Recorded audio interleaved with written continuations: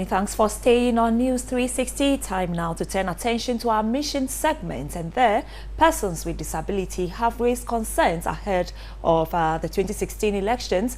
We've been joined in the studio by Josephine Frimpong. Hello, Josephine. Hi, Joyce. What are they saying, the persons with disability? Joyce, the people with disability have a tall list of things that they want political leaders to address for them. So tonight on Mission, we are looking at women and persons with disability. So we go straight to the Karachi East District in the Volta region, where a 21-year-old Wisdom Teka, the creation of an enabling environment for persons with disability to access education is a guaranteed step towards a secured future. The senior high student, however, wants policymakers to address the laid down regulations to ensure persons with disability are not denied of their rightful privileges. Everyone has the right to education. That is according to Article 26 of the Universal Declaration of Human Rights, 1948, and Article 24 of the Convention on the Rights of Persons with Disabilities also guarantees the right to education of persons with disabilities. The Convention also requires reasonable accommodation, that is, the school environment must be accessible and educational materials in relevant formats. But here, at a recently opened Community Day School in Chinderi, in the Krati Chumuru district of the Volta region, two physically challenged Form 2 students, Belinda Tanyan and Nicholas Ganyinyin, endured daily climbing of the staircase despite their challenges. The steps are too much higher than me. If I'm climbing, I feel tiredness, because if I walk and I get to the class, my mind will be hot. Because of that, I can't sit and learn. Sydney Kuma is the district officer for the Community Development of Social Welfare. We made our concerns known, but apparently it's like because it was coming from Government of Ghana project, and they wanted it to be uniform. They didn't want to make any major changes in respect of that.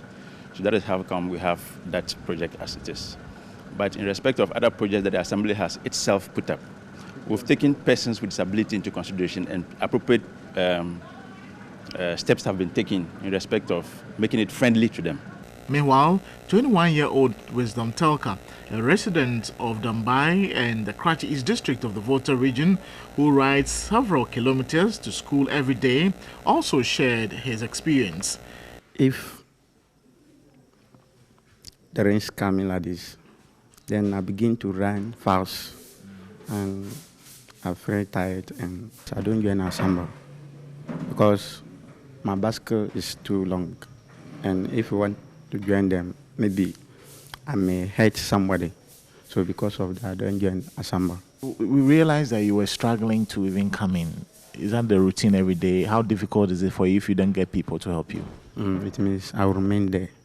Despite the challenges, Wisdom wants to attain higher heights in education.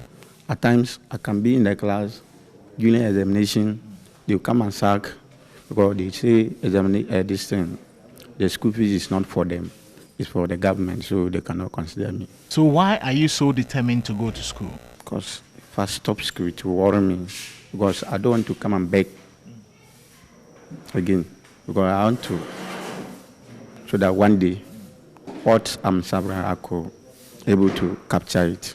Yeah. He appeals to political parties to make issues of persons with disability key in their discussions ahead of the November polls. Nana Kweku Edia for TV3 News. 55-year-old visually impaired Emmanuel Donko wants political leaders to stop paying lip service to issues of persons with disabilities and focus on creating job opportunities for them. The teacher also wants the Electoral Commission and the National Commission on Civic Education to intensify training on voting processes for the visually impaired ahead of the November elections.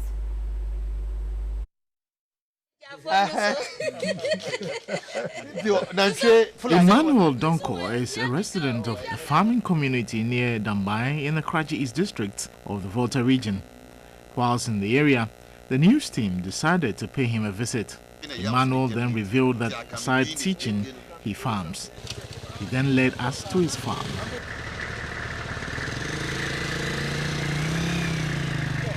Okay. After walking several kilometers with support from members of his family, we finally arrived at a 5-acre yam plantation as he immediately started erecting stakes on the mounds to allow for easy growth. He explained why he went into farming and appealed for support. I decided to go into farming because the salary alone is not enough. And I have 3 children who are already in second circle and tertiary. So I decided to go into farming so that I can get some resources to support, to pay the children's school fees. You know, this killing of this grass is, you have to use the spraying machine. And I have been begging this machine from other people. Then I think if I will be supported with some Wellington boots, my Wellington boots are worn out. Then looking at the distance, we are appealing to probably people, NGOs, any NGO who will have sympathy for us. At least if you can be supported with a tricycle. So that when I'm looking at the distance of the farm, if I get laborers and they are coming to help me, I can put them in the tricycle and bring them and send them back. On the upcoming November elections, he urged the Electoral Commission and the NCCE to pay attention to persons with disability. The blind, especially, should be given training. You know, we call it total balloting, where they can vote by themselves. Then when they go through the training, nobody will direct them what to do. So in that wise, they can vote themselves. But without the total balloting, in fact, I don't think they can vote by themselves. So I feel the Electoral Commission and the NCC should come together and train the blind. Currently, we are over 100 totally blind persons in Karachi East District. And I feel when we are left off, it will not be the best. He wants politicians to focus on empowering persons with disability instead of paying lip service. We should be supported with jobs. When you have gotten the empowerment and now you have gotten the heart, then you can now work. You can now work. If you are given the job, you work. But if you just come and put some small money into the person's pocket and go back, in the next time, the person will finish eating the money, spending the money, and start waiting for another set.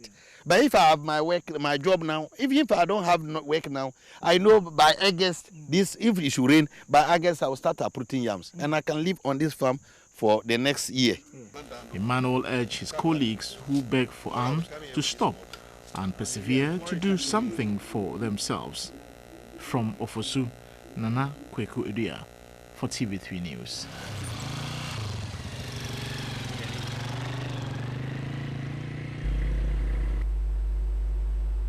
Thanks for watching.